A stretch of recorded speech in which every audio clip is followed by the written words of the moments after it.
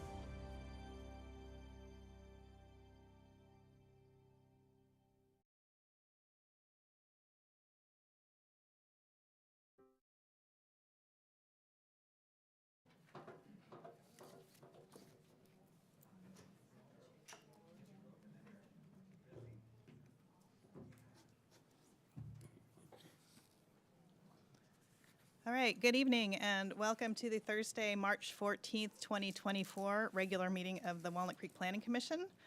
I'd like to particularly welcome our two new commissioners, Molly Klopp and Stephen Kwok, who are here today, and hopefully for the future.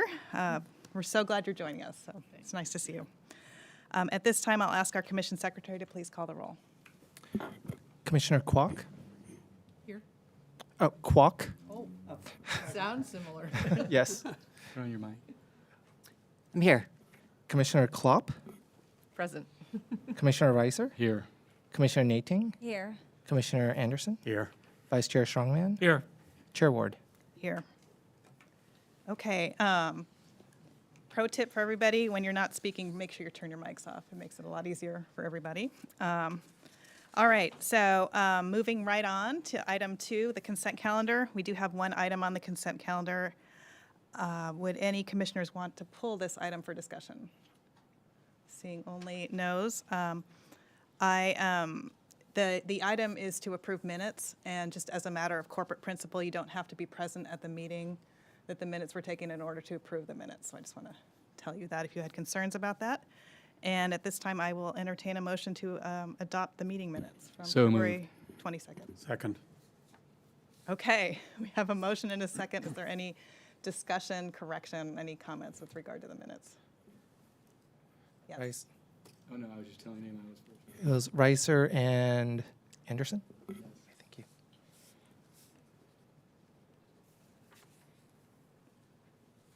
Okay, any discussion, comment, questions? All right, then I think we can call the roll on approving the minutes. Commissioner Kwok? Yes. Commissioner Klopp? Yes. Commissioner Reiser? Yes. Commissioner Nating? Yes. Commissioner Anderson? Yes. Vice Chair Strongman? Yes. Chair Ward? Yes. Motion passes. Thank you. Great, thank you. All right, at this time, we're moving on to item 3, public communication. The public communication portion of the meeting is reserved for comment on items which are not on the agenda. So this means comments which are not about the Walnut Creek Toyota amendments to the general plan or the Chick-fil-A restaurant conditional use permits. We'll have public comment on that later in the meeting when those agenda items come up. Under the Brown Act, the commission cannot act on items raised during public communications, but may respond briefly to statements made or questions posed, request clarification, or refer the item to staff. Additionally, I would like to remind everyone that not all speech is protected and that I will not tolerate or allow hate speech during public comment at any meeting that I chair. Hate has no place in our community, and our words must reflect our community commitment to equality and inclusion for all. All right, so are there any members of the public in the chamber who wish to make public comment at this time? All right, seeing none, I would like to move on to item 4, which is public hearings. I'd like to start by asking if any member of the commission has had any ex parte communications related to items on this evening's agenda. Commissioner Strongman. I received an email from Chick-fil-A, but I did not answer it very well. Okay, anybody else? Just to make a clarification, item 4A is the Walnut Creek Mixed-Use Special District Project. So Chick-fil-A is item 4B. Okay, so we're only talking about ex parte communications with regard to the 4A Toyota downtown specific plan. Yes. Thank you. Okay, so does anybody have any comments about that? All right, excellent. So at this time, I would like to open the public hearing, and then I would like to move that we continue that public hearing item to April 11th, 2024. Do I have a second on that? So moved.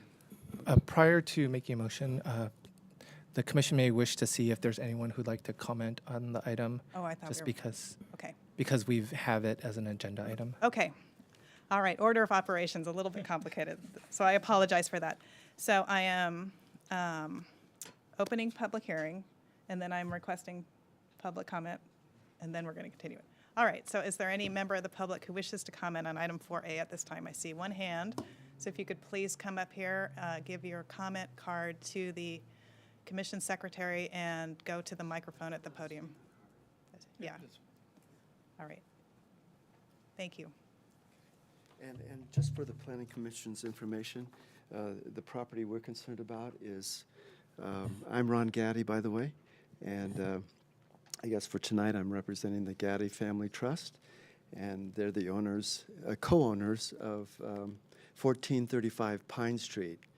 And I'm passing out a tax record from the county tax records. It shows the plot map of the property.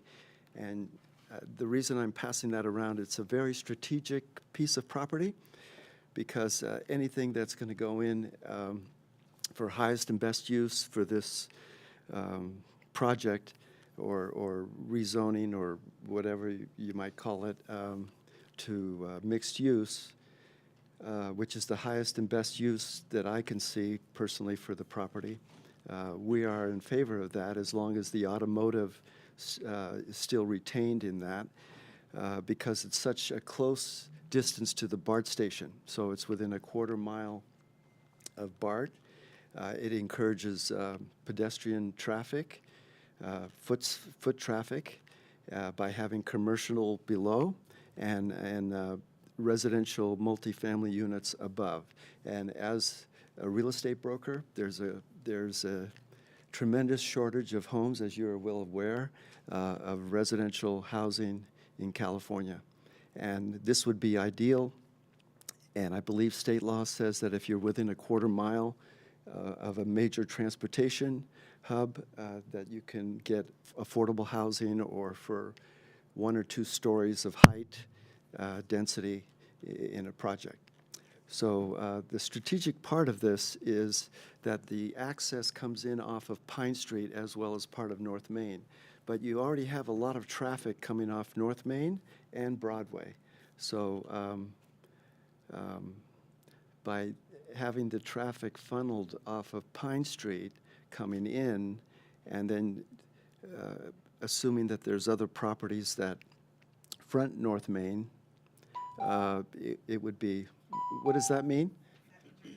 Oh, gee, that's not enough time. That's not enough time. Am I the only speaker? So I'd like to request that I have a little bit additional time. No, I'm sorry, we have a very Okay. this evening, but thank you for your comments. We do So appreciate it. my question to the Planning Commission would be, how does this affect 1435 Pine So, Street? thank you. And setbacks. All right, thanks. Thank you. So we're going to continue this item. Well, we keep it. We're going to, no, we're good, no, we're, no, we're good. We're going to keep that.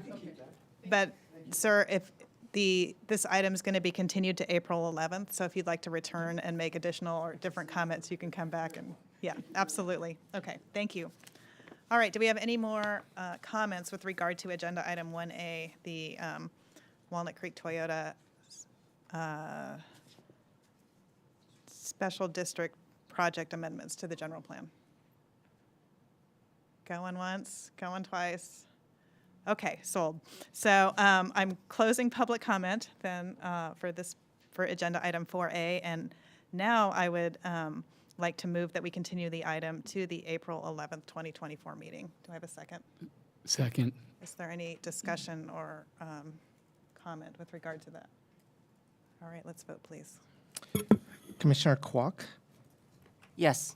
Commissioner Klopp, Yes. Commissioner Reiser, Yes. Commissioner Nating, Yes. Commissioner Anderson, Yes. Vice Chair Strongman, Yes. Chair Ward. Yes.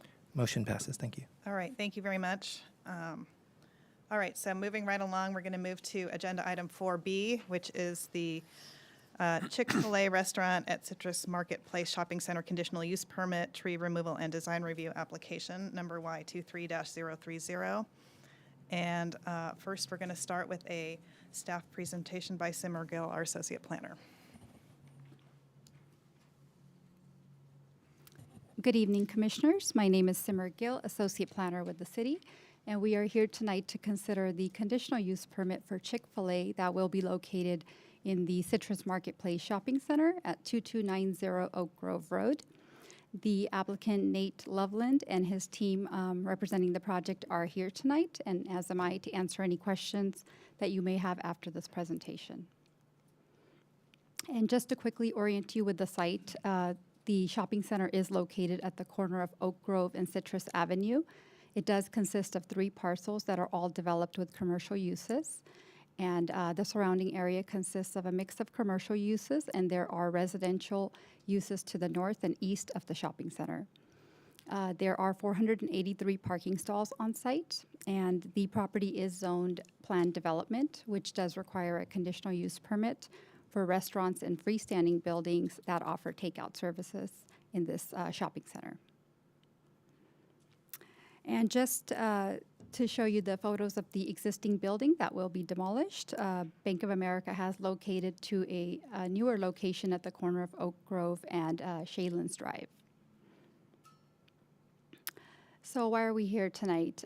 The regulations per the planned development zone allow eating and drinking establishments with takeout services allowed by right in multi-tenant buildings in this shopping center. And the reason we are here tonight is because eating and drinking establishments with takeout service that are located in freestanding buildings does require a conditional use permit. And the code also requires that parking for conditionally permitted uses such as this use be considered by the Planning Commission as part of the use permit. And just some background on this project. On May 17th of 2023, the Design Review Commission did review this project as a study session and provided comments on the initial design and site layout. The applicant did revise the plans to address all of the design and site comments that were provided by DRC.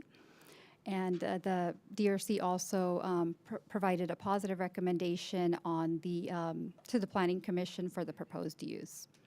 And if the conditional use permit is approved tonight, then the project will return back to Design Review Commission for final design review, where they will review the building architecture, the exterior lighting, signage, and the landscaping.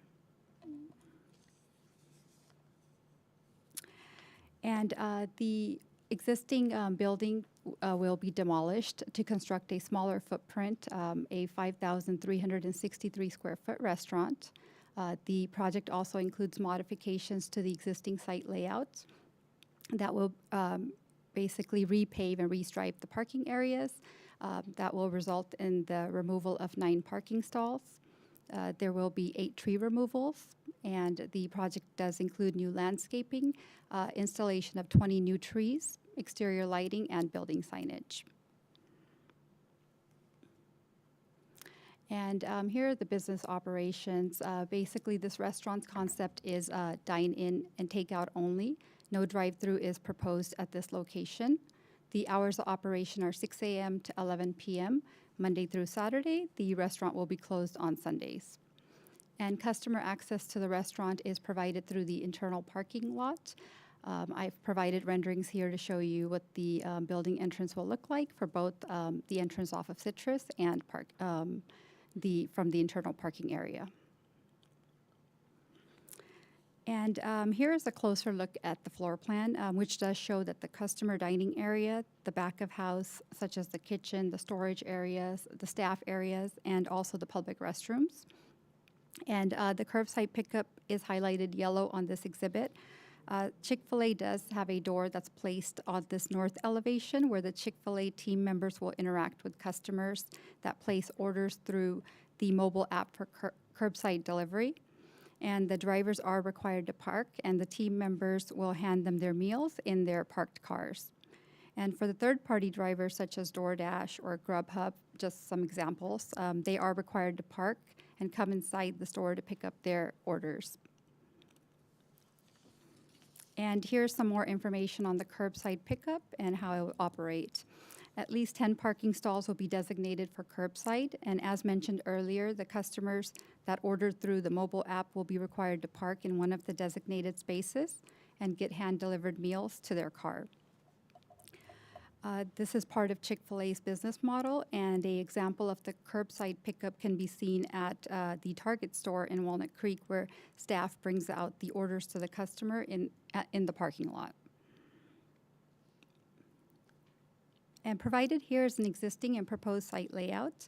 The existing parking area surrounding the bank building will be reconfigured to accommodate the orientation and use of the new building. Primary access to the restaurant would be provided through the existing driveways, both on Oak Grove and Citrus Avenue. The circulation and access to the site will essentially remain the same, and concrete walkways will be installed along the perimeter of the new building and tie into the parking areas and along the sidewalks on Oak Grove and Citrus Avenue. And for improved safety, the applicant has provided internal pedestrian connection to the adjacent restaurant Panda Express through the parking lot, and that is bubbled on the exhibit to the right. And moving on to parking, the shopping center consists of 3 parcels with a shared parking agreement, allowing any tenant to park anywhere within the shopping center. The existing center has a total of 483 parking stalls, and demolition of the bank building will net out 92,410 square feet of rentable floor area in the shopping center.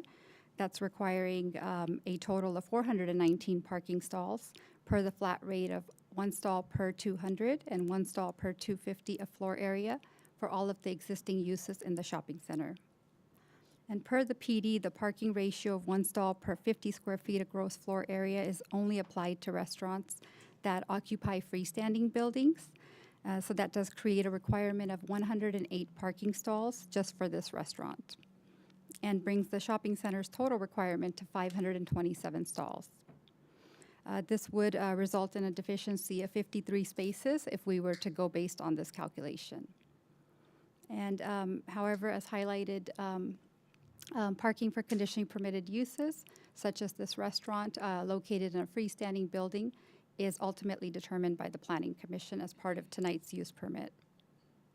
And it should also be noted that if this restaurant was located in an existing multi-tenant building of the shopping center, the parking ratio would be similar to the rest of the center. And a good example of that is the Panda Express that's located adjacent to this proposed restaurant. It is attached to another tenant space, so therefore it didn't require a conditional use permit, and it was parked at the same rate as the rest of the shopping center.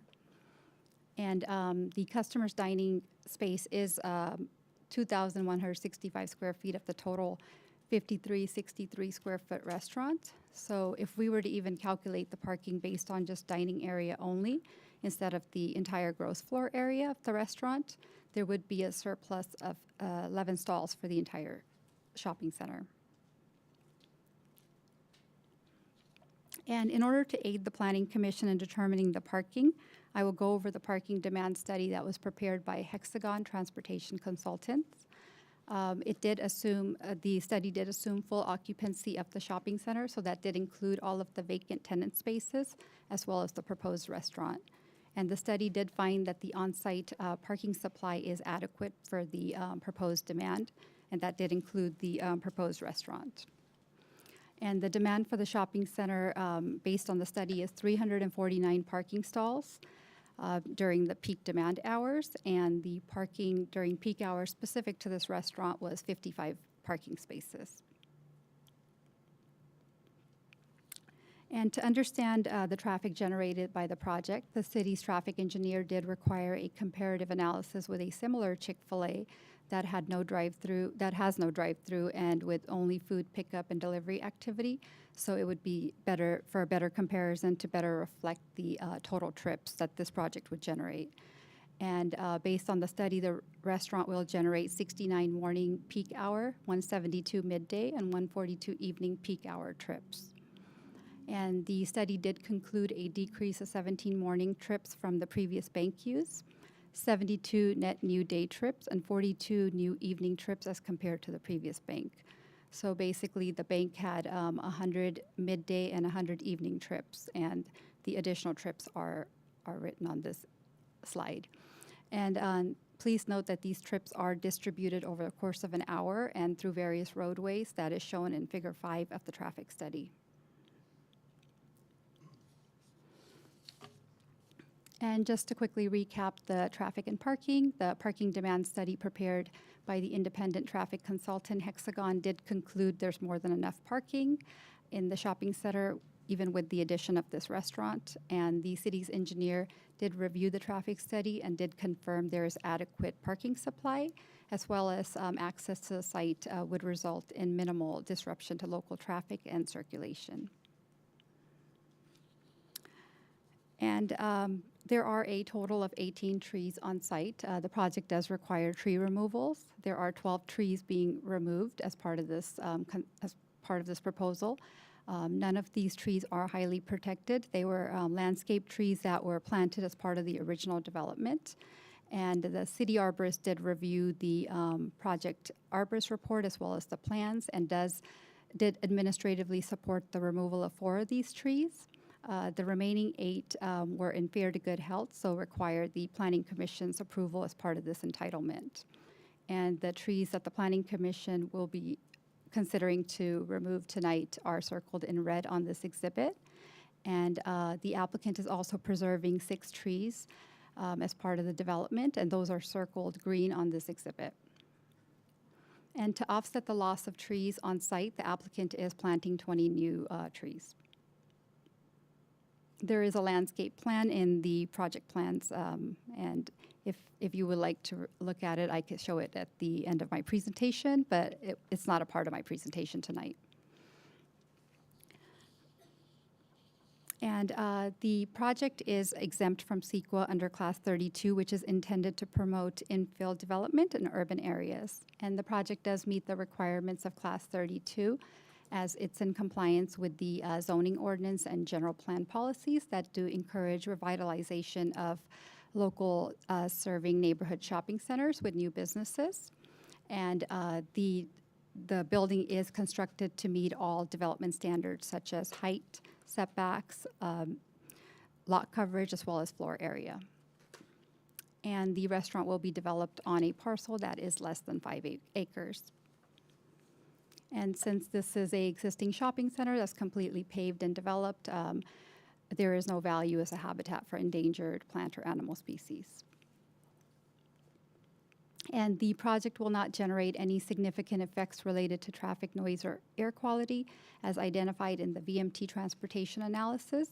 And the applicant also presented a odor fumes data sheet to confirm that the odors will stay within the restaurant and will not spread across the neighborhood, as that was a concern that was raised by several neighbors. And the noise, there will be no excessive or additional noise impacts beyond what's in the shopping center, as it's an already established commercial shopping center with similar uses.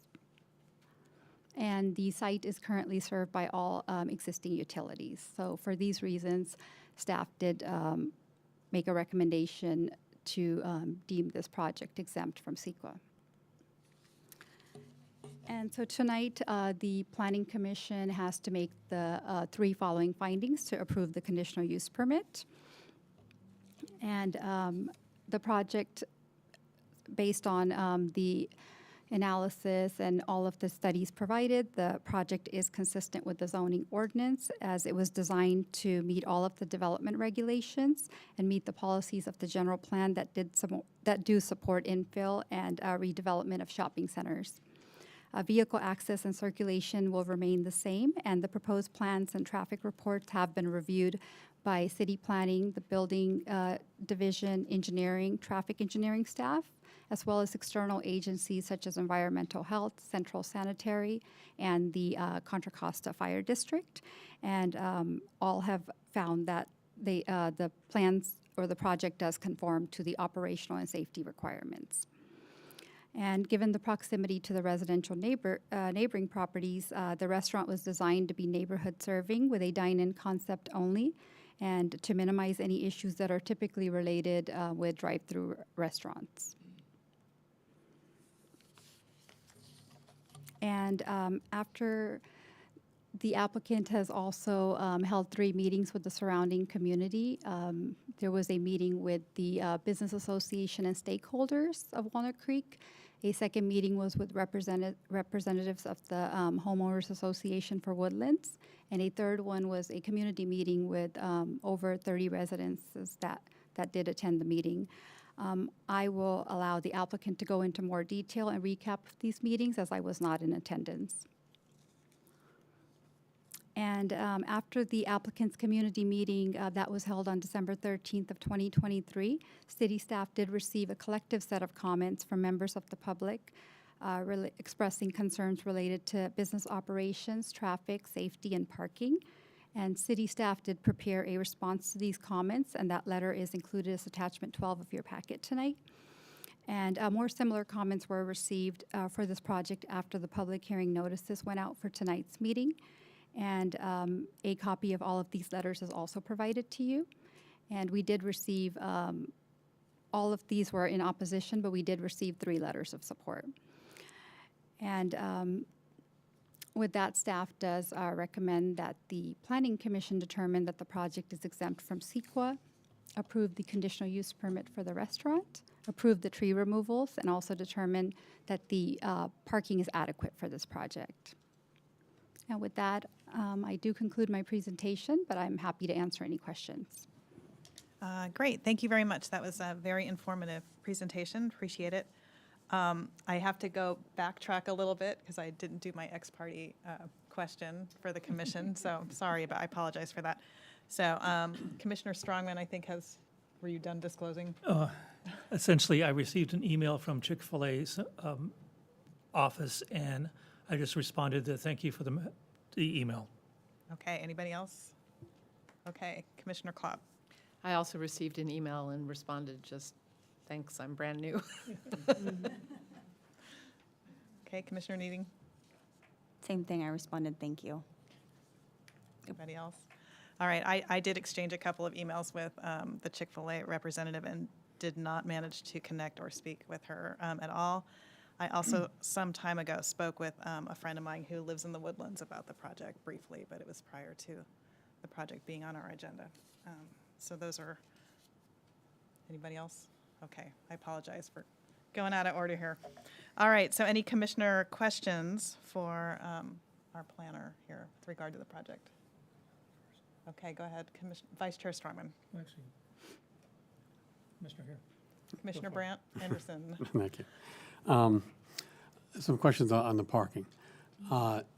It seemed just kind of curious to me, and I'm wondering what the rationale is for the difference between some restaurants in a multi-tenant building versus a freestanding one. I mean, basically, you have the same functional footprint or whatever, the same square footage, whatever, and yet the one that's freestanding requires 4 times as many parking spaces. You know, my first thought was, does that make sense? And maybe I'm missing something.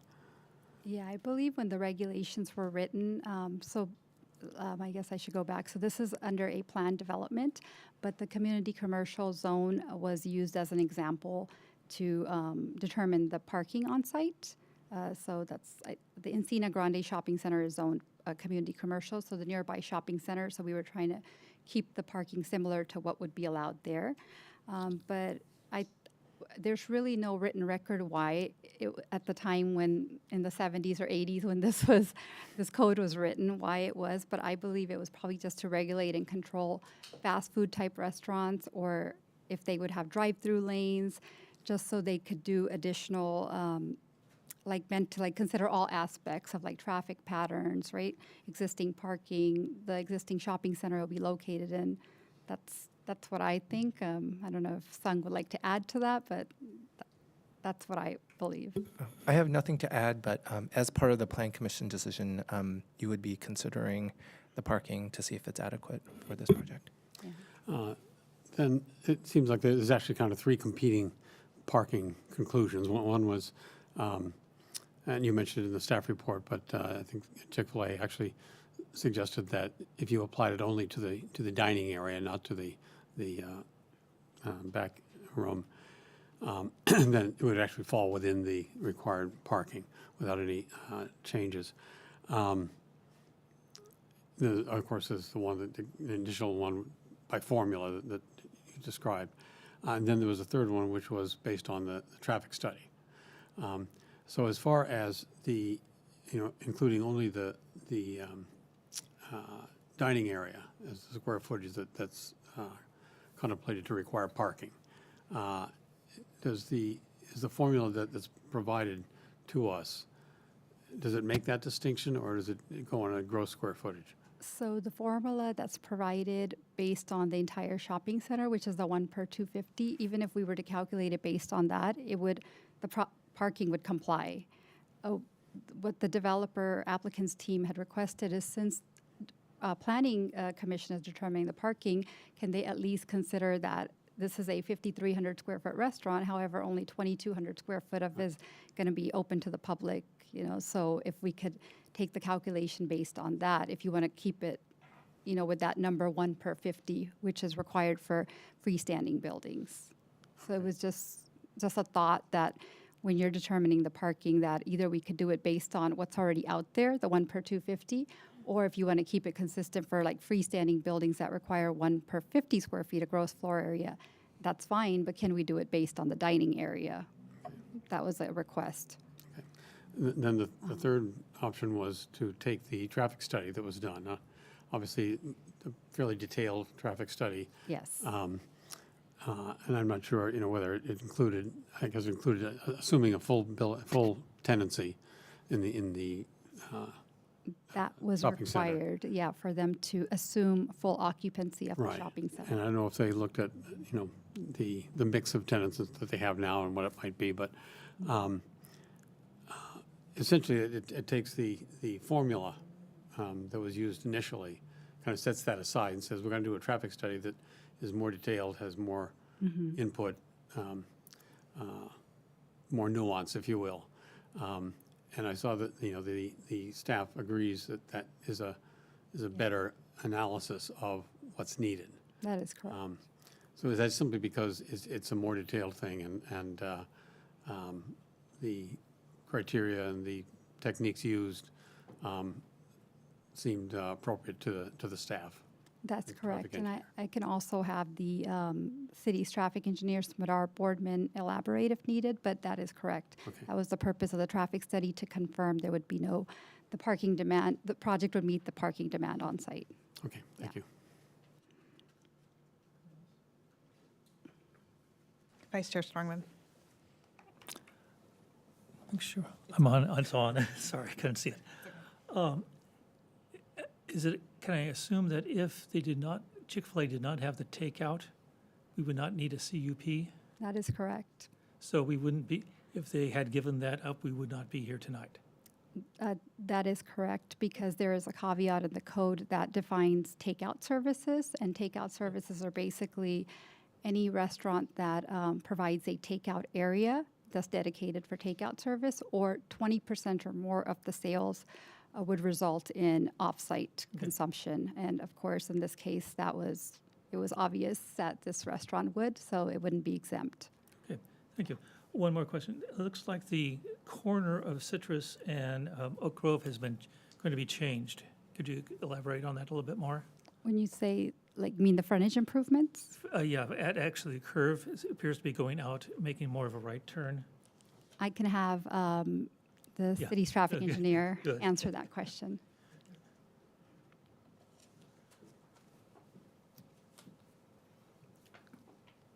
Good evening, Commissioners. Smadar Boardman, traffic engineer. So related to the improvements at the intersection, or that corner of Citrus Avenue and Oak Grove. So city staff did request some improvements there from the applicant, and the reason for that was it is consistent with our adopted local roadway safety plan. The existing configuration in terms of the number of lanes would not change, but currently the way that that intersection, that approach is striped as you're coming from Citrus, let's say coming from the Treat side, coming toward Oak Grove Road, the right turn is almost set up like a free right turn. There's additional space there, and we do have a crosswalk at that location that connects over to the orchards that crosses Oak Grove Road. At that intersection, that's that north leg that we do see is used by school children and just users of the two shopping centers. So we're asking for improvements at that intersection in order to narrow down some lanes, slow vehicles down so that they can actually pay attention to the traffic signal and treat it fully as an intersection. Okay, thank you. Sure. And thank you for your presentation, too. It's very good. All right, do we have any other commissioner questions for staff? Commissioner Reiser? Oh, Smadar? You should just hang out here. Okay. Sorry, Smadar. I could have gotten you the next time around, too. I just wanted to ask a quick question regarding the traffic study. It is quite extensive. Can you just speak to the level of detail that's in it, number one, and number two, in reading through the comments of the neighborhood? I saw more than one that addressed I don't want to say veracity, but the report itself with regard to comparing COVID-related numbers to average numbers today type of thing, so. Sure, definitely. So just to be perfectly transparent, staff is well aware of the current issues and concerns. We've received a lot of resident feedback about the Chick-fil-A located on North Main Street. The traffic study that was prepared at the time, that was done during the recession. Traffic volumes that were used for that when that study was conducted was from 2011 or 2012. During that time, there was a dip in traffic volumes, kind of similar to what we experienced during COVID. So staff did request a pretty extensive study as a result of this applicant, and the numbers that were used were collected more recently within a time period that was after the, really, let's say like the state's timeline for when the pandemic was ongoing and when traffic volumes were beginning to return. We did request that that Chick-fil-A provide several different sources of data for different locations all around California. And what we did was, and that is contained in the traffic study. Those locations all include drive-throughs, but one of them does not, and that's because that was the singular concept without a drive-through that was open at the time. There is now an Emeryville location that has opened since the traffic study was completed, or when those counts were taken. But that's also sort of a different context than the Burbank location, which is what we found was going to be a more appropriate application of trip generation assumptions. I'd also like to point out that the trips generated and assumed from that Burbank location is actually a more conservative estimate as opposed to what traffic engineers typically use from our Institute of Transportation Engineers trip generation manual that utilizes many, many, many locations and vast sources of data for producing fast food with, in this circumstance, it would be like a high turnover sit-down type restaurant. And so staff specifically asked for something that better reflected the actual conditions of a Chick-fil-A, and those assumptions are higher than what you would find in that trip generation manual. Sure. Other commissioner questions for staff? Okay, thank you very much. Don't go too far. All right, so at this time, I'm going to open the public hearing, and the applicant will have 15 minutes for their presentation.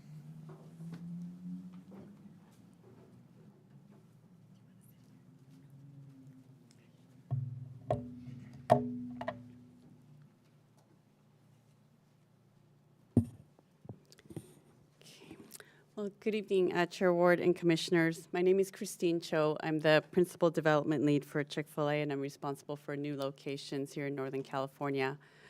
Thank you for your time and consideration this evening, and I'd like to thank Planning Department and City staff, and especially Ms. Gill for her thorough presentation of our project tonight. We submitted our proposal over a year ago, and since then we've been working very closely with staff on various aspects of the project. And we feel really proud of where we are now, and we feel very confident that we will be a good addition to this neighborhood.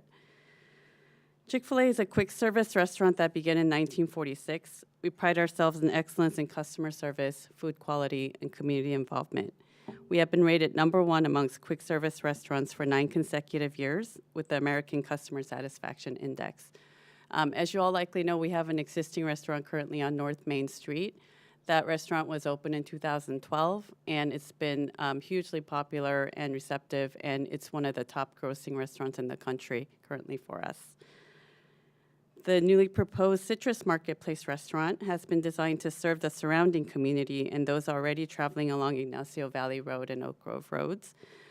This is going to be one of the first restaurants in the Bay Area without a drive-through to be well suited for this community. We're also proposing a custom design to capture a lot of the characteristics of the surrounding area rather than our prototype building. and we feel that it'll complement and help beautify the center. It's also worth noting that our restaurants often help neighboring businesses attract customers and can very much act as an anchor tenant for a shopping center like Citrus Center. This restaurant will be locally owned.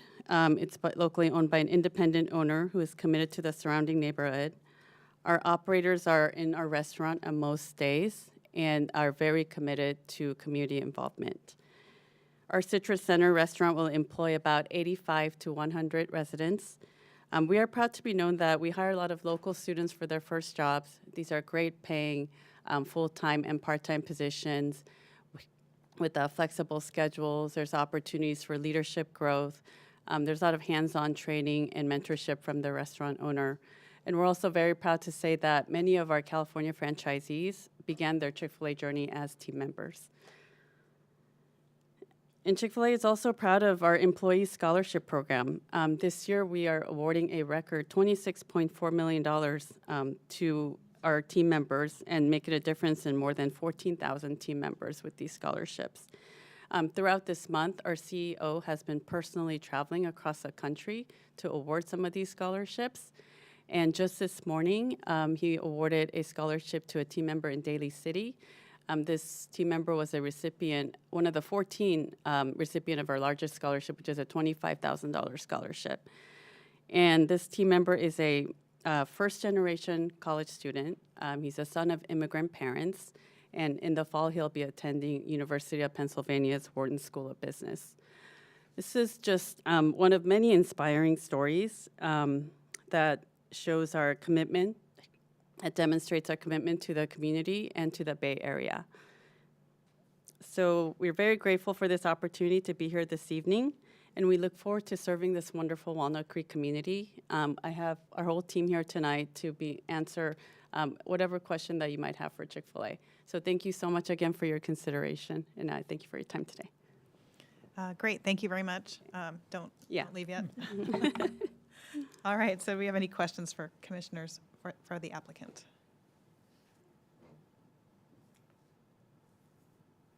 None? All right, well, I have a couple.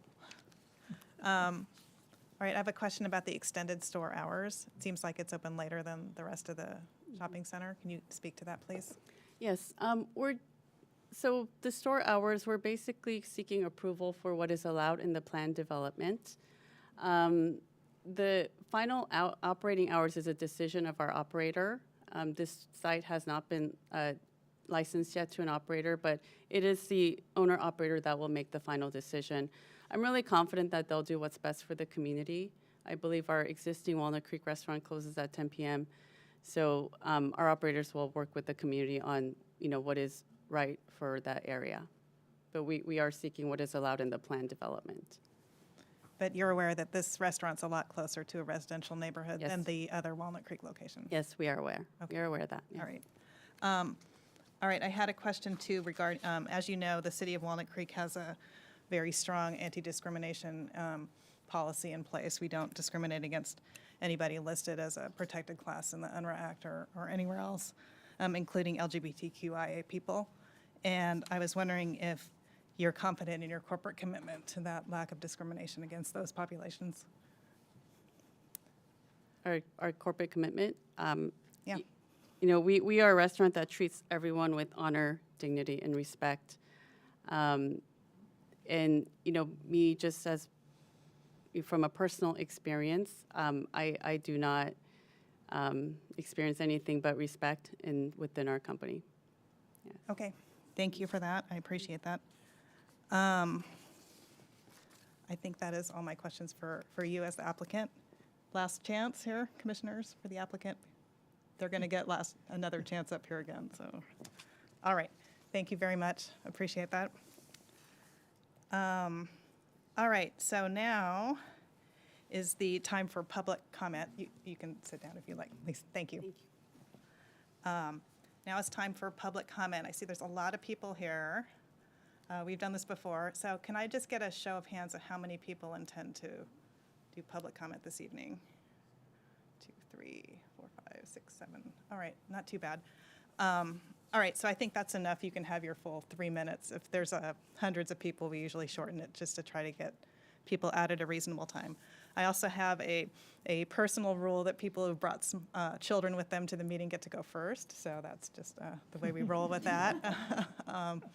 Because, bedtimes are what they are. So, so now if everyone who wants to speak could get their speaker cards and kind of line up in this area here, and then when it's your turn, approach the podium and speak into the microphone, and please identify yourself for the record so that we know what's up. All right, sir, you're up. Come on down. You got the coveted golden ticket because you brought your kids, so I appreciate that. I think it's great that A moment. people can see the way the government works or doesn't. So Appreciate that. yeah, Should I begin? you can begin now. Hi, my name is Brian Wayne. I am a resident of the Woodlands. Been there about 3 years. I think that this is a very ill-conceived project for the neighborhood. It does not in any way fit in the characterization of how we see the neighborhood for a variety of different reasons. I mean, do any of you want to live within 2 blocks of a major fast food restaurant? Like, that's not why we moved to this area, right? This, for what might be appropriate downtown, is not appropriate within the Woodlands. If you look at even across the street and at the Orchards, the type of restaurants that are within there, it's just a completely different kind of establishment, right? Along Citrus is already congested. Too much traffic goes through there. There was actually an accident with one of the kids traveling to school because people don't stop at the stop signs. We had to actually have citizens come out and do crossing guard work because the city or no one else would supply that. Right there for a couple days, a cop came out after the kid got hit by a car, but nothing else has really changed. There's still a ton of traffic as people use that to cut through. That's just going to increase. Also, I live behind the Woodlands. The swim club that's right there. So I hear traffic going across the pass, right? Oh, I've called before to complain about this, and the city doesn't do anything about it. People race across that, and there's never a cop there to stop them, and you hear them, especially on the bikes and the rest of it. There's going to be so much more traffic that comes across that for, like, coming to Chick-fil-A. I mean, it's a draw. People like it. But it's not appropriate for this area. It's just not. But also, we have to bring up November, I think last year, Stockton, 2 stabbings. At Chick-fil-A as well, so I worry about crime coming in there. I think that Walnut Creek has had some problems with increasing crime lately. I mean, certainly like what's happening downtown at Macy's, some increased break-ins both within the Woodlands and other neighborhoods. I don't know that that's being appropriately addressed, and the feeling is that will contribute to a rise there as well. And just anecdotally, no one in the Woodlands wants this here. Like, everyone is upset about it. No one is happy about this. It doesn't fit. Well, put a bookstore in. Put over a sit-down restaurant, a normal thing, like a fast food restaurant. It doesn't make sense for Walnut Creek. It doesn't make sense for anything other than downtown, and it's just not in keeping with the character of Walnut Creek. Thank you. Thank you very much. All right. Next up, please. Good evening, everyone. My name is Zur Iyer. I also am a resident of the Woodlands neighborhood. I also want to thank you all for being here as volunteers. We know that this takes up a lot of your time, but we hope you take seriously the concerns that you've received in writing, as well as those you're going to hear tonight. Everyone here in the Woodlands, to reiterate what the last speaker said, we're really strongly opposed to this. This isn't to say that we don't understand that we live in a neighborhood where there is a commercial area, not far from where our neighborhood is, but this type of a commercial space is just not appropriate for the neighborhood that it's going to be placed in. Additionally, while there have been traffic surveys done, I think there are legitimate concerns regarding the accuracy of those statements or the study that was done. The study was minimal in nature, and frankly, basing the amount of traffic off of the existing Bank of America, which frankly was a dying Bank of America for the number of years leading into COVID.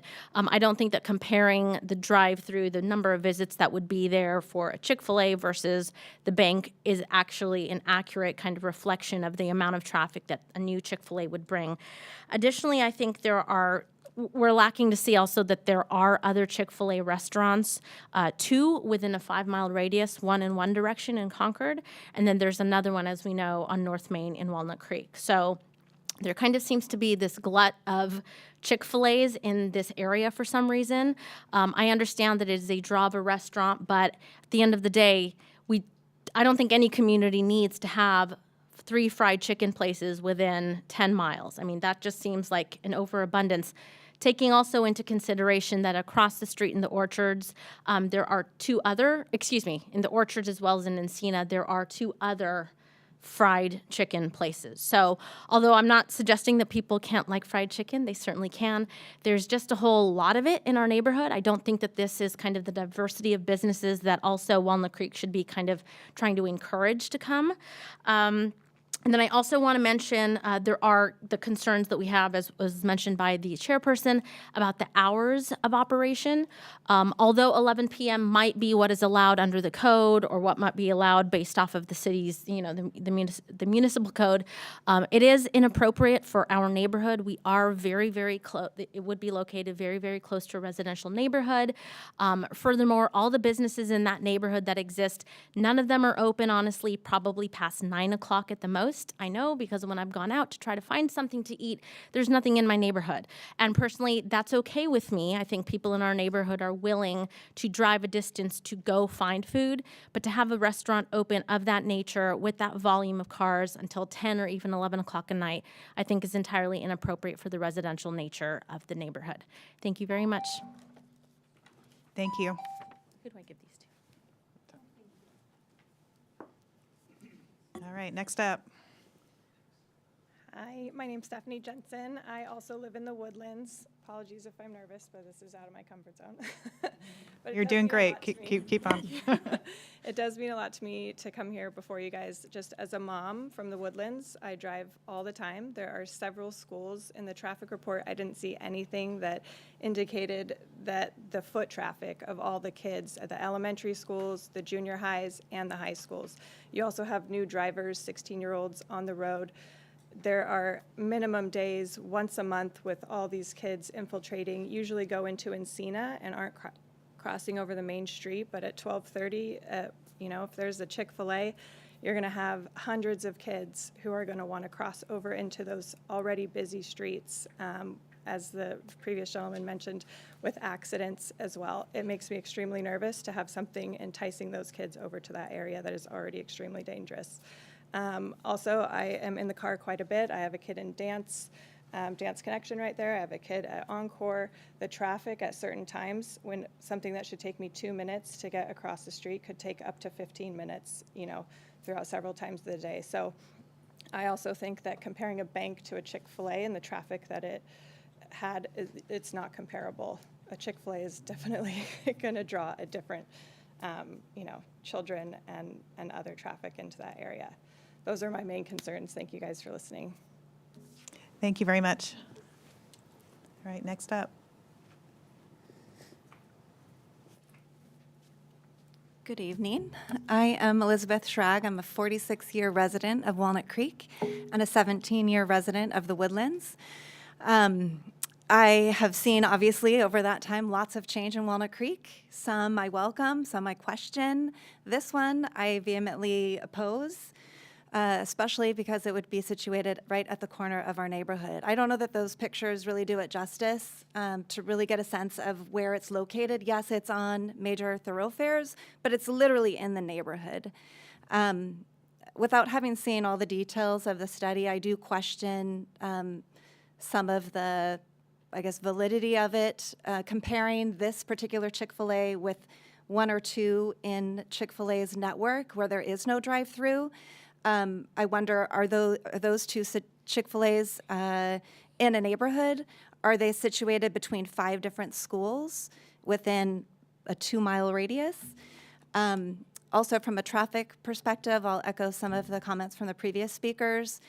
That intersection at the corner of Citrus and Oak Grove is an issue. It's an issue today without the influx of this additional traffic.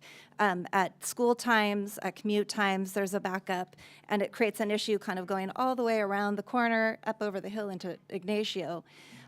So I can only imagine what it would be like when Chick-fil-A, or if Chick-fil-A were to fill that space. When I first was married, I lived in Oakland for 5 years. I moved into a neighborhood where a McDonald's was a few blocks away, and we had issues with traffic, with odor, with litter. The difference was I moved into that neighborhood knowing that a McDonald's was there. I chose this neighborhood in the Woodlands because I wanted to move back to be with my family, because I love Walnut Creek. I grew up here.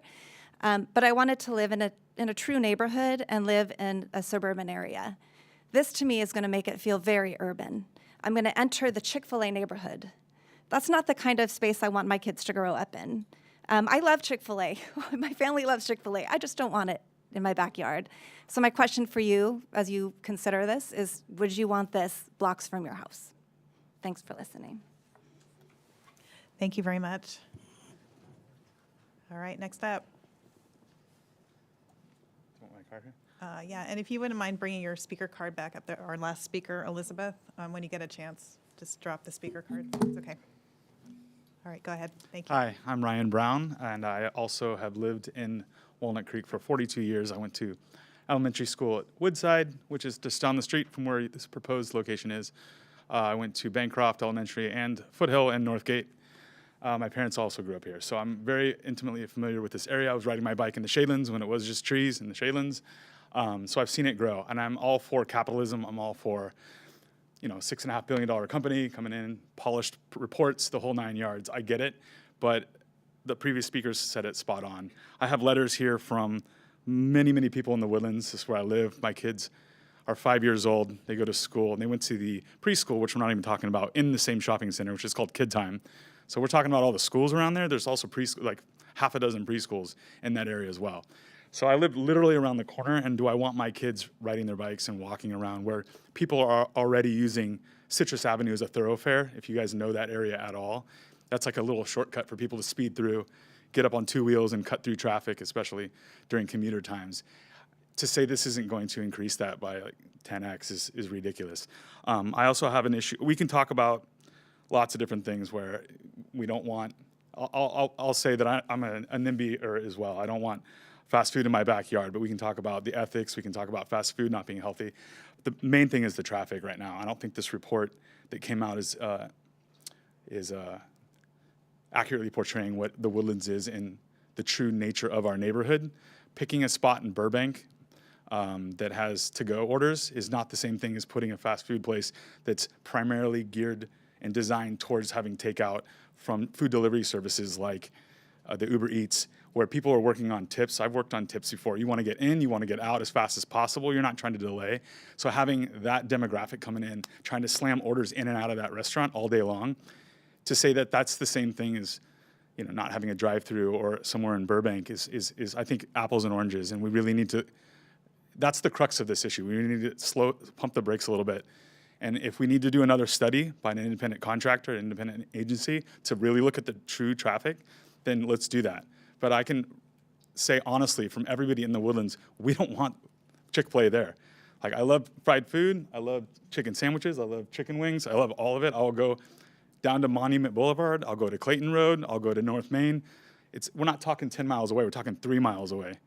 Like 3 miles away, I can go to get my fried food there, and I can go to Orchards, or I can go to Encina if I want to. I don't need this literally where my kids are going to school in the exact neighborhood and having all that extra traffic. So forgetting all the other politics and all this, and the well-oiled machine, which is Chick-fil-A, polishing up this presentation for you guys, we should pump the brakes. Let's not blow this decision.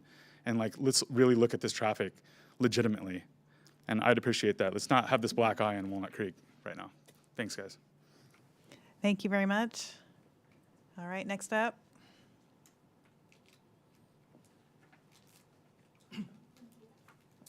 Good evening, everybody. My name is Stanley Chow. I am a Woodlands resident. I've been a Woodlands resident since 2021. Very happy with where I live. It's very peaceful, very neighborly. I can walk everywhere I want to get what I need. Just a perfect place. And then as soon as I found out that there was a Chick-fil-A being planned, I thought, okay, well, there's going to be a ton of unwanted attention into our neighborhood now due to its, due to its popularity, especially amongst young people, younger than me, high school, fresh grads, people who tend to be, let's say, more reckless when they're driving, more careless about their driving, and less regard for their surroundings. Let's just say that. So, like, even just not having a drive-through, I don't know if the team is taking into account, like, them just driving, like, peeling through the neighborhood with loud music in the middle of the night, especially if a Chick-fil-A is open till 11 p.m. And I'm also thinking, the time 11 p.m. is really just not appropriate for a neighborhood, considering, yes, you don't have to be in your car, but you can still loiter around in the neighborhood in the middle, like that, late at night. So I think that's really inappropriate. And then I think about, okay, Citrus Ave is already a place where people, as my fellow residents have already mentioned, people are just peeling through. Now add in people coming in from Treat to the shortcut to go to the new Chick-fil-A. I just think that it's going to add a ton of, extra danger, extra noise in the middle of the night. You already hear people driving through Oak Grove with their loud engines. I can't control that, but now it's going to probably cut through into the Woodlands neighborhood. So I don't know if the study factors that in, and just the amount of a negative attention or a dangerous attention that comes to that's coming to our neighborhood. And yeah, so I was there at the December 13th meeting. I remember you. Good to see you again, Christine. I felt like that team didn't really have all the answers to the questions that the residents had when we met them. I felt like they were just relaying all our questions back up to corporate or whatever. So, I really feel like it's not a well thought out plan. Thank you. Thank you very much. Next up.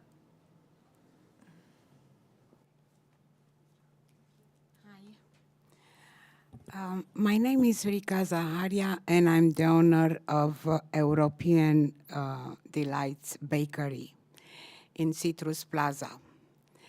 And I came here not to upset anybody, or I came with peace, but I like to express my concern about our businesses over there who are dying every day. I do not live there to confront what's going on with the traffic or something. But I want to let you know, I signed the contract with my landlord in 2022 to open a bakery, which I invest a lot of money in that. And Nob Hill left after I signed the contract, which was a big store with lots of traffic. 2 banks left and other businesses. And it's not only me. People are coming. They love it, what I'm doing it. But people around me with the businesses, nails, haircut, other businesses, they are dying every day. And we need people to come in that plaza to eat, I don't know, Chick-fil-A, and after that to come to eat a pastry or ice cream or something. We need to do something, but I don't know, I do not have any solution. But I just came to you to tell you we are struggling as a business owners in that plaza. Thank you. Thank you for your comment. I don't see anyone else in line. Is there anyone else who would like to make a comment at this time on this item? Going once? Going twice? Okay. All right. Thank you all for your comments. We really appreciate it. All right. So at this time, I'd like to ask the applicant if they'd like to come up and provide any additional information in response to any of the public comment that's been made.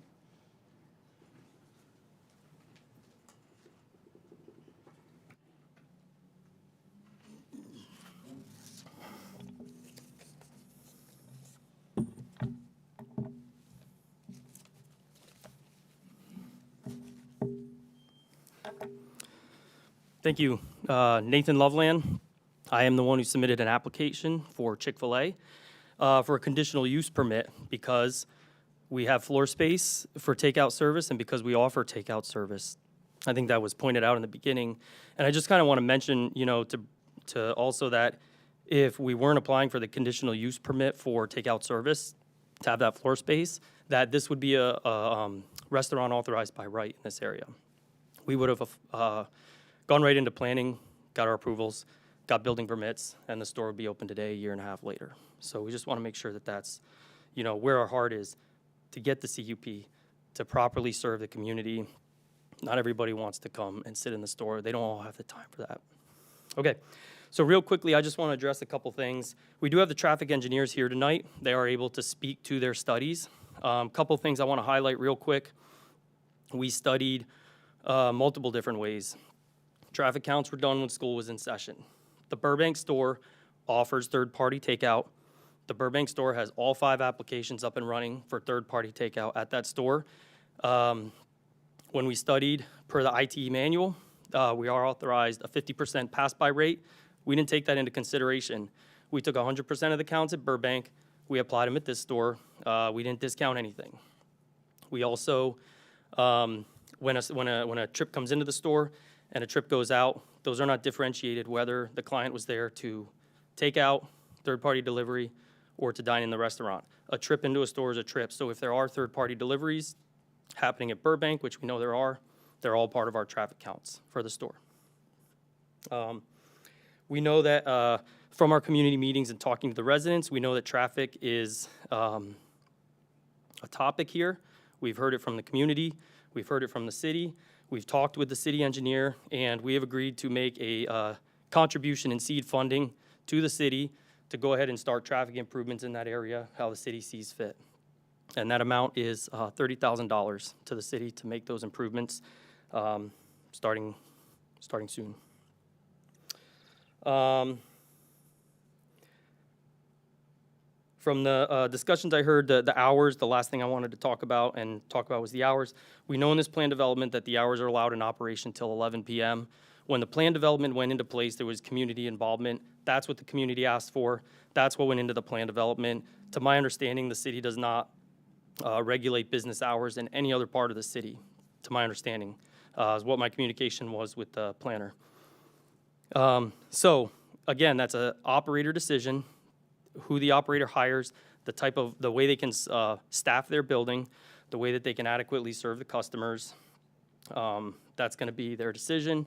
However, as was already mentioned by Christine, we want to be a good neighbor. We want to do what's right for this location with this community.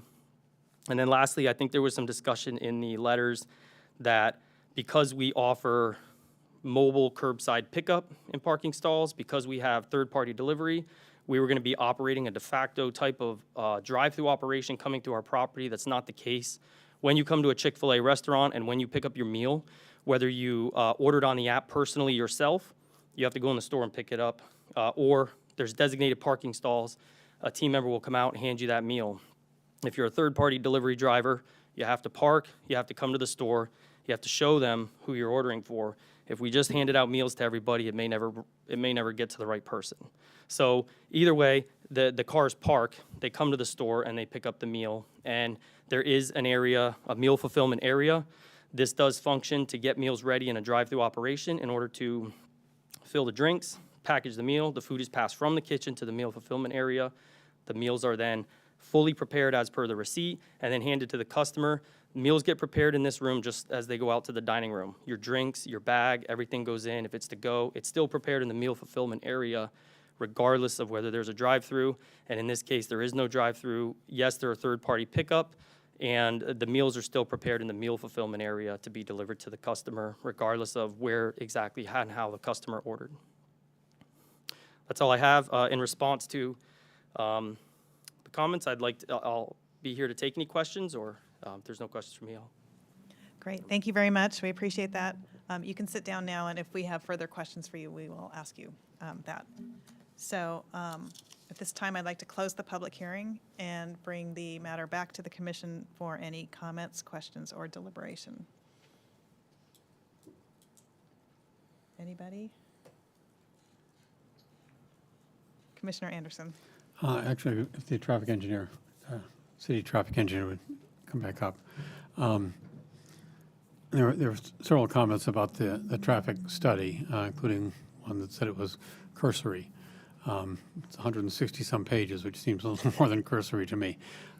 Can you address, I guess, a couple of specifics, what the study found in terms of increased traffic on Citrus, the concern about the shortcut and folks barreling through there, how that might be changed with this addition, and just generally the quality of the report and how that compares to other traffic studies of this sort. Sure. So I'll actually take the second question first, and then I'd actually go ahead and defer to the traffic consultant who's here to go ahead and speak to the first piece. So I will give you some background on my professional life. I used to prepare traffic studies just like these for different applicants. I also did, do work for cities as a consultant, but just to give you a heads up, I have prepared traffic studies like this in my lifetime, probably a few hundred easily. So in terms of the actual preparation of the scope of work, that was something that was a back and forth with the applicant, where we did push very hard to have extensive information looked into, because we knew that the traditional way that you would prepare a traffic study like this, which looks really at generalized assumptions for different land uses, that we really wanted to look at something that actually was more applicable based on the type of use specifically, as in a Chick-fil-A. And that was a specific thing that we did ask for because of the existing location, and also because of the potential for, really thinking about this site. Would this use be regionally serving? Does this, comply with our CEQA assumptions or thresholds that we typically apply in these cases? So we did ask for that more extensive study. So then, to answer number one, I'll go ahead and call up the traffic consultant. Yeah, I'm Brett Walensky with Hexagon Transportation Consultants. We prepared the traffic impact analysis. I think there were multiple parts to your question, but the one thing that I caught was you wanted to know how much traffic was going into the neighborhood on Citrus. Is that correct? Yeah. So it's about, in the PM peak hour, it's about 14 trips. And that does not include any deductions for the bank. So that's comparing it to the existing condition. So just to put that in perspective, it's about one trip every 4 minutes.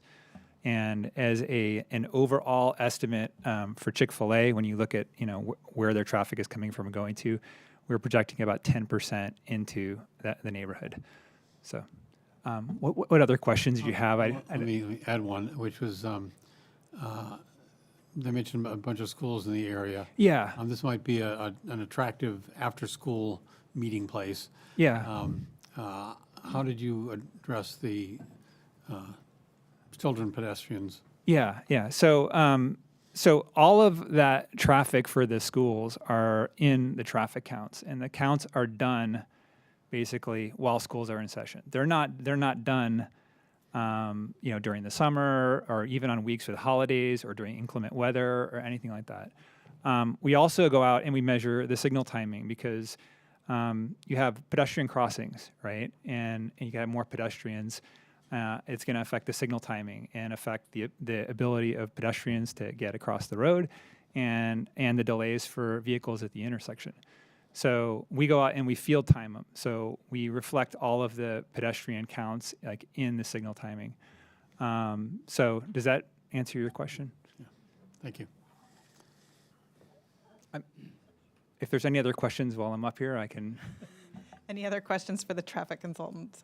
I mean, it's fun to make you sit down and. I can, that's okay too. Yeah. Anybody else while he's. Okay, we're not quite ready, so don't go too far. Any other questions generally before, while Pam gets ready? Commissioner Rice, sorry. I have a couple. One might be for Nathan, I believe, and then one for Simmer, and then one for staff. So.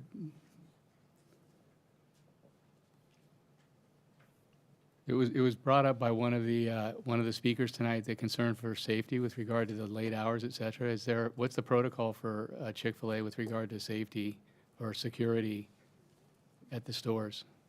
Yeah, so Chick-fil-A does have connections to the local police department through their security systems in the store. So any kind of safety concerns or safety issues that might happen on site can be reported instantly to the local authorities without needing to go find the proper channels to maybe make the call, et cetera, stuff like that. There are security systems, security cameras. There's footage available to the law enforcement should they come and need to see a history of that. Does that answer your question? Yeah, kind of. But as a matter of procedure, though, is it the manager on duty that's kind of overall responsible for safety? I mean, Yeah, that's correct. The local operator, who is the store operator, they have within their staff different ways of dividing responsibility. We do have a operator here in the room who has operated stores before, if you'd like to ask them that question. But from the security standpoint, there's surveillance, there's other security measures in place to make sure that not just inside the store, but the perimeter of the store is safe, secure, and there's no riffraff, if I may use that term, happening outside their stores. Okay. Great, thank you. Yes, sir. And Simmer, if I can direct this to you, can you look as though we documented in the paperwork that I read that a number of changes were made between the outreach and the revised plan as a result of their outreach and how the plan was maybe revised? What kind of changes were made as a result of input from the neighborhood? I believe the traffic study was updated and there were recommendations made in order to, one, put in a pedestrian or more safe crosswalk within the shopping center. That was incorporated, and there's a list of others that was completed. So I could pull that up. And design changes were made as well, I assume, based on Design planning commission? changes were made based on the Design comments from Design Review Commission, and I actually thought I should share this. I have it.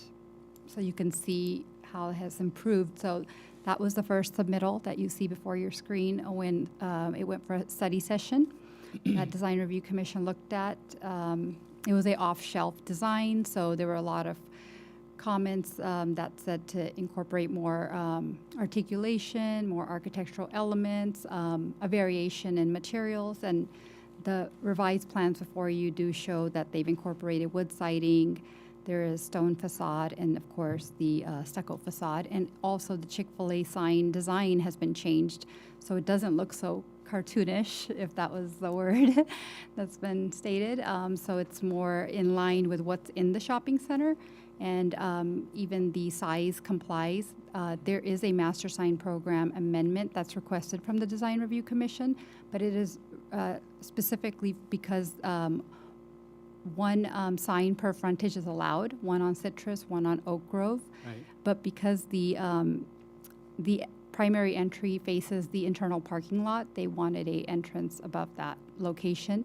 And initially, the primary entry was only on Citrus Avenue, but because of DRC comments that there should be more than one entrance, they created the second entrance from the parking lot. But now that there will be no signage, so they're requesting an additional sign there. Okay. And maybe we can just affirm with a nod, would it be safe to say that this is a one-of-a-kind for Chick-fil-A in terms of a design? Thank you. That was nodded in the affirmative for the record.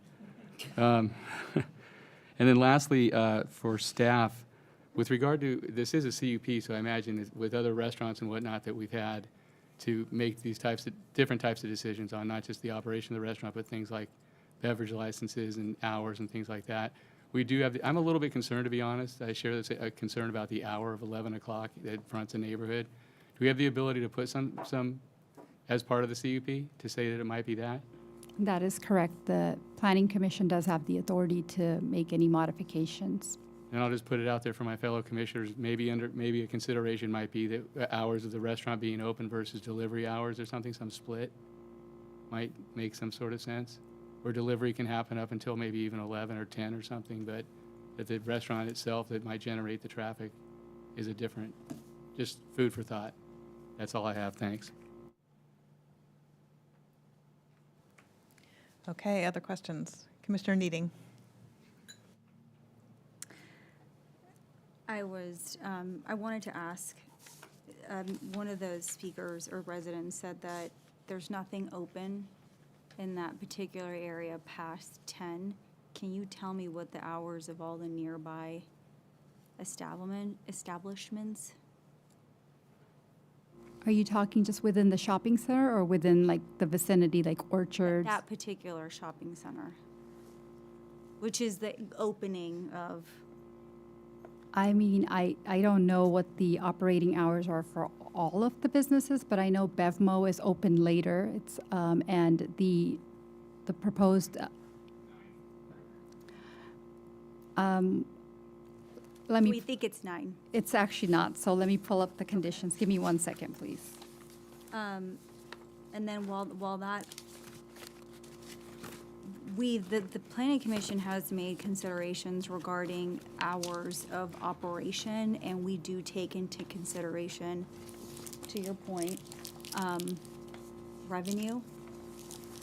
So there's been arguments been made of why something has to be open at 11. So my question to the applicant, where's Nathan? For financial reasons, is there a financial reason of why you feel that the restaurant needs to be open until 11? So when we, thank you for that question and to be able to clarify this. So when we put in the application and we put our hours and we document in our project narrative and description, we automatically default to what the code allows. So when we put in our narrative, we looked at what the plan development allows. We understood from our research that the community had a lot of input in the plan development, and if they asked for hours in the shopping center to be restricted till 11 p.m., then we said, okay, we'll put 11 p.m. Financially is not really a concern. I think the way we look at it is that if there's other businesses and stores in the area that are open till 8 o'clock, 9 o'clock, 10 o'clock, perhaps those people want to get some food on their way home. If we can serve them on their way home, if the young people are maybe working after school till 10 p.m. and they want to come get some food on their way home, that's who we're looking to serve. It's not our thought, and it's not even our research that would say we're going to draw people into the neighborhood at 10, 11 p.m. It was mentioned there are other locations that that maybe the late night crowd can go to, but in the immediate area of the neighborhood, both in our shopping center and the shopping center across the street, if people are getting off work and want a bite of food to go home, that's who we're looking to serve. So a secondary question to that is, I know in high school which I was in high school a very long time ago, but I do remember, because you have nowhere to go once places closed down, you hang out in the parking lot. So the question is since what's been your experience for this type of restaurant that's nestled in a neighborhood? Have you found that students or population loiter, or do they really just go home because all their lights are off? Well, I would say a little bit, probably what we don't want is the opposite of that. We don't want a closed down store with nobody looking at the parking lot and people loitering in the parking lot. If we can invite people into the store to come have some food, if we can get them to sit on our patio, much easier to watch and keep an eye on. It's much easier to monitor. It's all under surveillance. If the store is closed, the parking lot's not closed. So if we can encourage people to come in because we're open, encourage young people to maybe sit in the booth, sit in the table, there's complete adults in the store who are running the store, running the shifts, which do have young people. So our perspective is let's keep it safe. Let's get people inside where the lights are. Let's keep them on the patio where we can talk to them. Let's serve them food. And if they're loitering in the parking lot, that's not what we want. That's not our ideal customer. And if we don't have a store that's open, we can't invite them to come get some food. And if that starts at 8 p.m., that's pretty early in the evening, maybe in the summertime when the lights are up. The sunlight stays up long is what I'm saying. So you've never had loitering? I'm sure there's loitering out there. I don't have experience with lots of parking lots and loitering. That was my question. Yeah. I go to bed early because I have very young children, so thank you so much. Can I ask a question for the transportation engineer? Sure. And I also have an answer for your previous question, yeah. So it's attachment 9 of your agenda packet. It is page 11, and this is directly carried from the previous PD that was established for the shopping center in the 1970s. Yeah. There was a rezone for the shopping center to increase the hours of operation for the BevMo location. So most of the conditions were carried over due to the sensitivity and respect to the neighborhood, but there were some changes. So again, page 11, it says the hours of operation for the primary anchor tenant space, which was the former Nob Hill, is 5 a.m. to midnight, and that carries over to the new anchor tenant, which will be the LA Fitness Health Club. So they will get those operating hours, so that's open till midnight. And then the hours of operation for the secondary anchor tenant, which is BevMo, it says 6 a.m. to 11 p.m. in-store hours. And of course, there's other specific, like, off-site delivery hours that are till 2 a.m., but the operating hours for the business is 11 p.m. Thank you so much. Could you repeat those hours, particularly for the new gym and BevMo, please? Yeah, for the beginning and ending, please. Correct. For the new gym, it will be 5 a.m. to midnight daily. And for the proposed restaurant, it's listed as E. It says hours of operation for all other uses and tenant spaces in the shopping center shall be limited to 6 a.m. to 11 p.m. daily. And this proposed restaurant falls under E for that.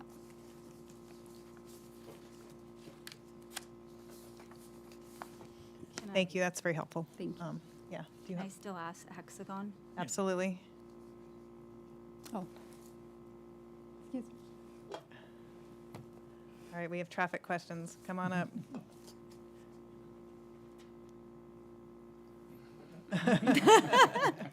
She said hexagon.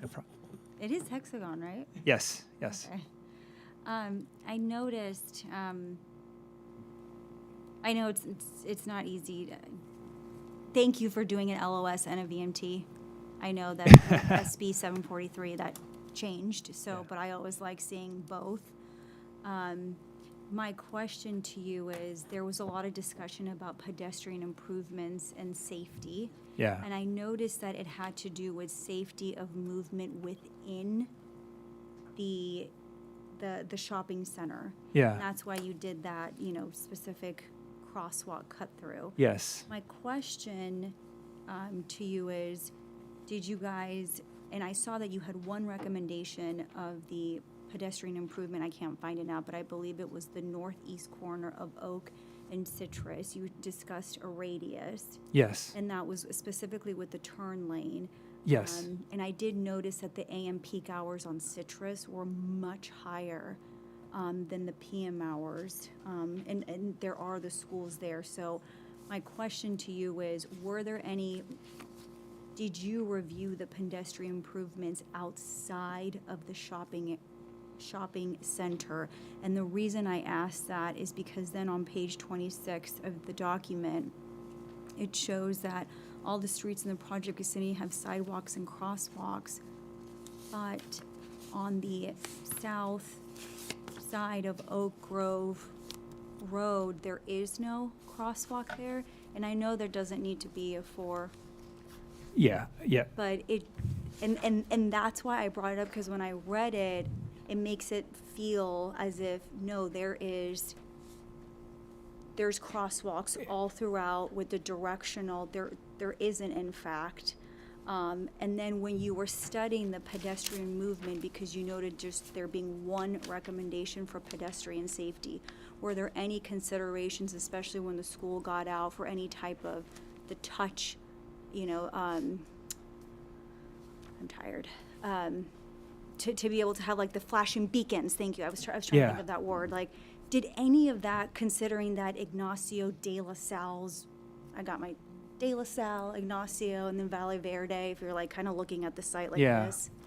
That was it. Those are my okay. convoluted. There's a lot to unpack there. Okay, so let me start with just overall pedestrian safety in the area. The city has a plan to remove the slip lanes at Ignacio Valley Road and Oak Grove Road, and also along the project site at Citrus in Oak Grove, there's a kinked crosswalk, and it's kind of funky and weird, and it has a swept radius, which is conducive to higher travel speeds.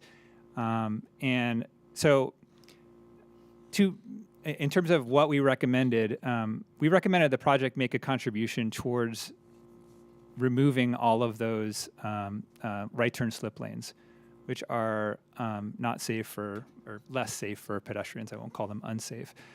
Actually, if you look at the safety record of each of those intersections, which we did, the collision rates are actually below the state average. Now, that doesn't mean that you can't do better and you still can't make improvements, but if there was a problem there and we saw it in the data, we could have flagged it and looked into it more. But when the rates are already below what the state averages are, it makes it hard to justify doing even more than what's being done. So for right now, we have the recommendation for them to make a financial improvement to remove the slip lanes, to improve that corner, and when they improve that corner, they will be changing some of probably the signal poles and signal mast arms, so they're going to have to update some traffic signal equipment there. And at that time, likely things like pedestrian countdown heads and improvements like that will get incorporated. And the 30K will cover that? That is a separate contribution. That the 30K is for the neighborhood. It's just Got it. So the neighborhood has an existing traffic issue related to cut through, right? And if you look at the amount of traffic generated by this project, I mean, again, it's like on the order of it's one trip every 4 minutes. Okay, so this is a small piece of the overall traffic that's already going through there.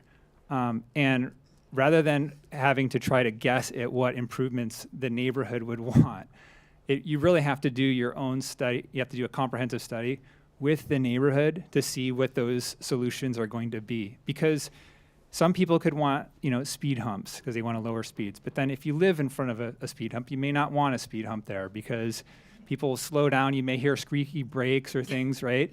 Or some people may want traffic diverted around so that it makes it more circuitous to get through there, right? But the people who have the traffic diverted through their neighborhood may not want that, right? Like, hey, I didn't have the traffic on my street. Now, to try to do traffic calming, you've diverted it to my street. So those are very complicated things, and they have to be done with the neighborhood all agreeing to it. And so what Chick-fil-A has chosen to do is to just help fund that study so that can be done, and they could start working towards a solution. So that's how it's been approached. Thank you. Okay, do we have any other questions from commissioners? Okay, so at this time, I would entertain a motion with regard to this matter. Anybody? I'd like to make a motion. If you came back to the findings on the screen real quick.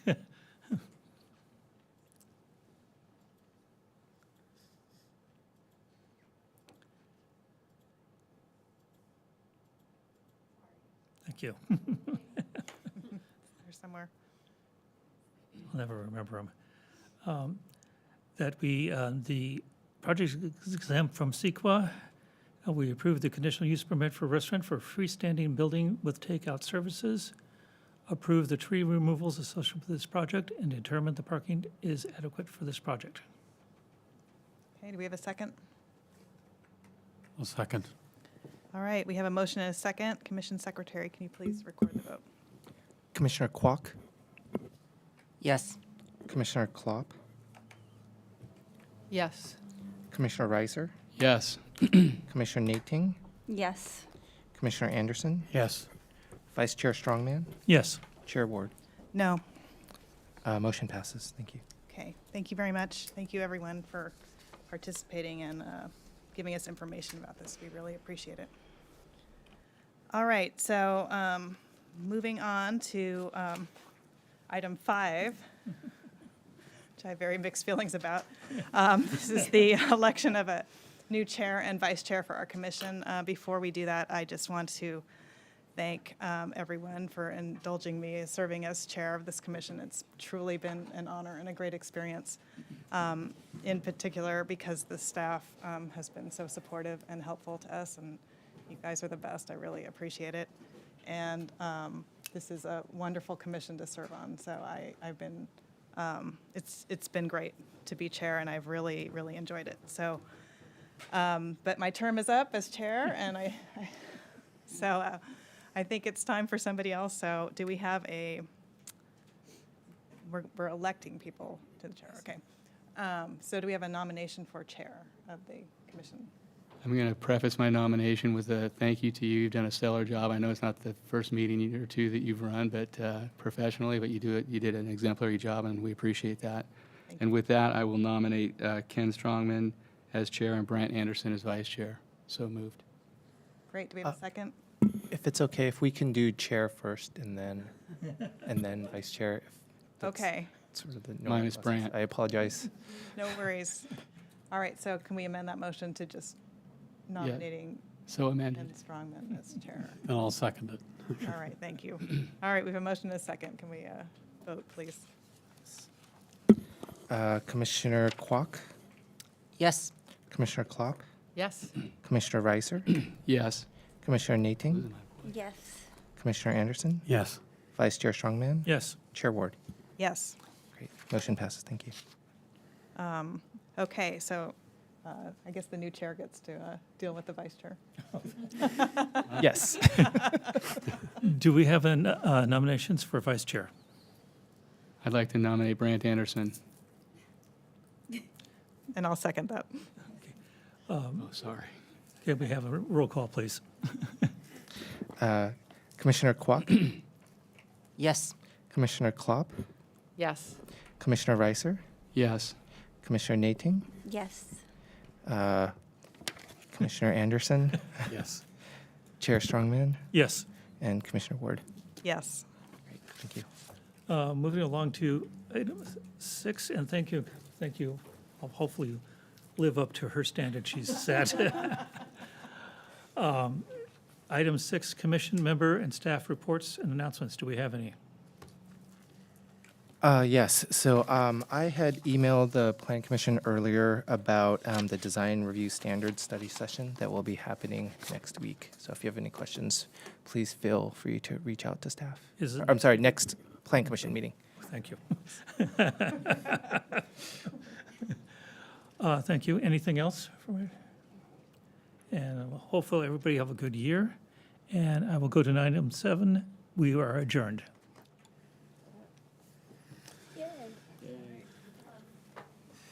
So do you count that as a 4-minute meeting? For me.